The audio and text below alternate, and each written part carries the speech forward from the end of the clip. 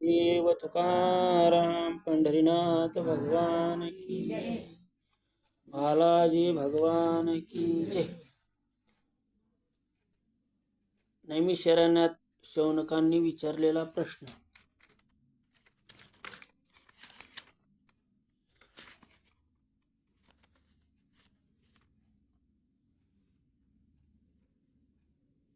अज्ञानातून जीवाचे संसारात आगमन होते. अनेक प्रकारच्या शरीरात जीव उत्पन्न होत असतात आणि मरतातही. ते सर्व दुःख सागरात व्याकुळ होतात. कधीही कोणी सुखी राहत नाही आणि मनुष्याच्या शरीरा व्यतिरिक्त अन्य कुठल्याही शरीरात तत्वज्ञान असत नाही. वस्तुतः देह धारण करणाऱ्यास 84 लाख शरीर धारण केल्यानंतर सुकृत मानव शरीर मिळते. देह असल्याशिवाय कोणी पुरुषार्थ करू शकत नसल्यामुळे सत्कर्म करीत असतानाच ह्या देहाचे रक्षण करीत असतात. रक्षण केलेले हे शरीर धर्मासाठीच असते. धर्म ज्ञानासाठी आणि ज्ञान योगासाठी असते. ह्या प्रकारे जीव मुक्त असतो. मोक्षाच्या सहाय्याने सदृश्य हा दुर्लभ मनुष्य देहास मिळूनही जो मोक्ष प्रयत्न करीत नाही तर मूर्ख कोण आहे? महर्षी वेदव्यास रचित प्रेतकल्प सरोद्धार ह्या पुराणात वर्णिलेल्या यमदूतांकडून पाप्यांना दिल्या जाणाऱ्या यातना आणि नरकांच्या वर्णनांनी मनुष्यास सत्कर्म करण्याची प्रेरणा मिळते. मृतांसंबंधी यांच्याद्वारे त्याच्या मोक्षासाठी केली जाणारी क्रिया त्याचे वर्णन आहे. शेवटी या संसारातून सगळ्या जीवांचे यमयातनेपासून कशी मुक्ती मिळते ह्याचे सविस्तर वर्णन व उपाय सांगितले आहेत. अतिप्राचीन काळापासून पुराणांना विशेष महत्त्वाचे स्थान आहे. वेदाप्रमाणे पुराणे परमेश्वराच्या निश्वासाचे स्वरूप आहेत. छंदोपनिषदात नारद मुनींनी सनत कुमाराला म्हटले, सहोवाच ऋग्वेद भगवध्येमी यजुर्वेद सामवेद मथवर्णम चतुर्थमितिहास पुराणम पंचमम वेदम. याचा अर्थ मी ऋग्वेद, सामवेद, चौथे अथर्ववेद आणि पाचवे वेद इतिहास पुराण जाणतो. पुराणे जाणल्याशिवाय ब्राह्मण खऱ्या अर्थाने जाणकार होत नाही. अत्यंत प्राचीन आणि वेद स्पष्ट करणारे असल्यामुळे त्यांचे नाव पुराण असे झाले. पुराणाची अनादिता, प्रामाणिकता आणि मंगलमयता यांचा जागोजागी उल्लेख आहे. भगवान व्यासांनी प्राचीन पुराणांचा प्रचार केला, पुराणावर प्रकाश टाकला. वास्तविक पाहता पुराणे प्राचीन आहेत. महापुराणे 18 आहेत. ब्रह्म, पद्म, शिव, विष्णू, श्रीमद भागवत, नारद, मार्कंडेय, अग्नी, भविष्य, ब्रह्मवैवर्त, लिंग, वराह, स्कंद, वामन, कूर्म, मत्स्य, गरुड आणि ब्रह्मांड असे 18 पुराणे आहेत. वस्तुतः सर्व पुराण एकाहून एक विशेष महत्त्वाचे आहेत. गरुड पुराणाचे महत्त्व जाणकारांना माहीतच आहे. मानवी जीवनाचे कल्याण, पूर्वजांविषयीची श्रद्धा, मृत्यूनंतरची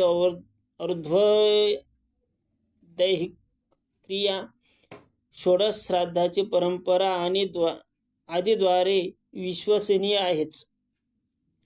गरुड पुराण 17 अध्यायांचे लघुरूपी पौराणिक व्याख्यान आहे. भगवान श्री विष्णूंनी आपला सेवक, वाहन, विहगेंद्र म्हणजे गरुड यास यमराज्यातल्या भयावह विदारक दृश्यांचे वर्णन केले आहे. पातकी लोकांची इहलोकी आणि परलोकी अनेक कष्टदायक परिस्थितीशी झगडत राहावे लागते. मानवी जीवन प्राप्त झाल्यावर त्यावेळी सत्कर्म केले नाही तर यमपुरीत जाऊन यमयातना भोगाव्या लागतात. पुत्रास आपल्या मातापित्यांच्या मृत्यूनंतरची जी कर्मे करणे अत्यंत आवश्यक आहेत ते पुण्यकर्मच एक प्रकारे आहे. पुत्र जो आहे तो पुम नावाच्या नरक यातनापासून मातापित्यांचा उद्धार करतो.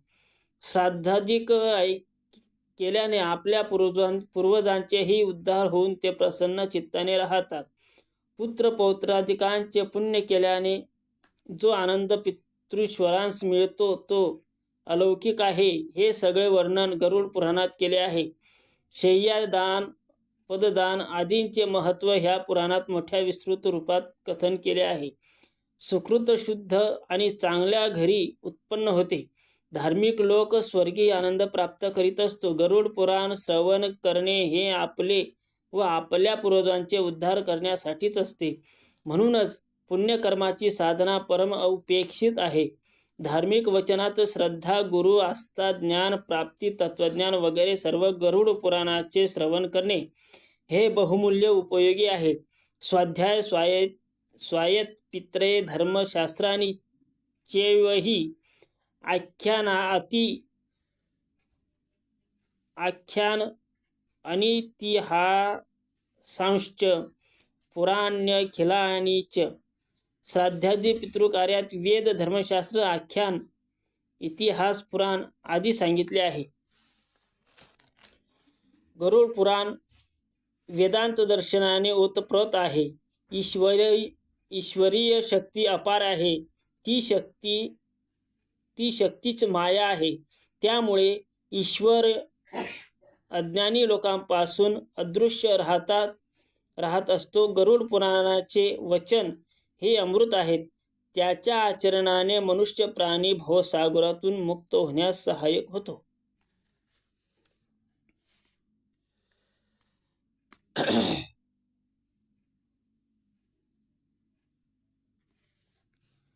धार्मिक आणि विवेकी व्यक्तींच्या सन्मुख मानवी जीवनात ज्या समस्या येत असतात त्यात मरणोत्तर जीवनाची समस्या फारच महत्त्वपूर्ण आहे. संसारात कुठलाही देश किंवा जात अशी नाही या विषयावर विचार केला जात नाही. रानटी म्हणून संबोधली जाणारी जात देखील या संबंधात काही सुटू शकली नाही. मग ते कसेही विचित्र अथवा असंगत का असेना. ह्याच्या विपरीत ज्ञानी आणि आध्यात्मिक क्षेत्रातील ज्ञानी असणारे बहुत करून बुद्धी आणि तर्क यावरच त्यांचा विचार विनिमय होत असतो. काही का असेना मेल्यानंतर आपली स्थिती काय होईल हा प्रश्न अनेक मानवाच्या मस्तकात कधी ना कधी उत्पन्न होत असतो आणि प्रत्येक व्यक्ती आपली विद्या, बुद्धी किंवा जाणून घेण्याच्या इच्छेने आपल्या मनातल्या मनात समाधान करीत असतात. परंतु संसारातील अन्य धर्मी जसे पारशी, यहुदी, ईसाई, इस्लामी धर्मातही मरणोत्तर जीवनाचा उल्लेख मिळतो.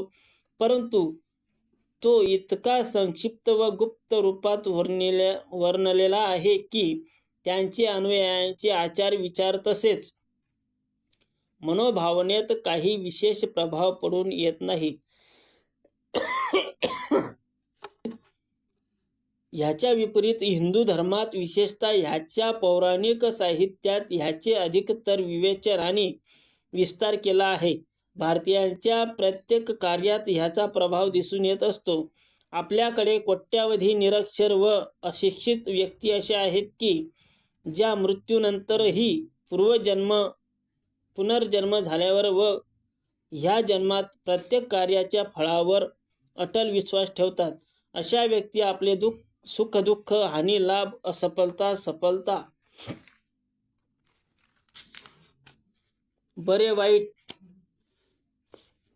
आदी सर्व बाबतीत ह्याचे कारण म्हणजे पूर्वजन्माच्या कर्माचेच फळ आहे असे मानत असतात.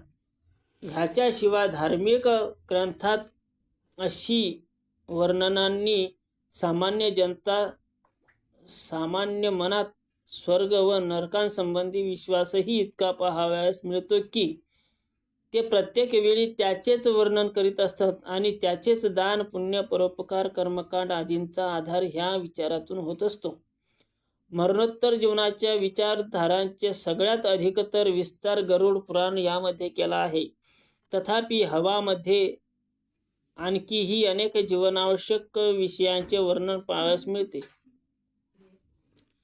परंतु यमलोक तसेच नरकपुरीचे वर्णन आणि मृत्यूनंतर केले जाणारे कर्मकांड विधी विधानाचे सगळ्यात महान विशेषता मानली गेली आहे.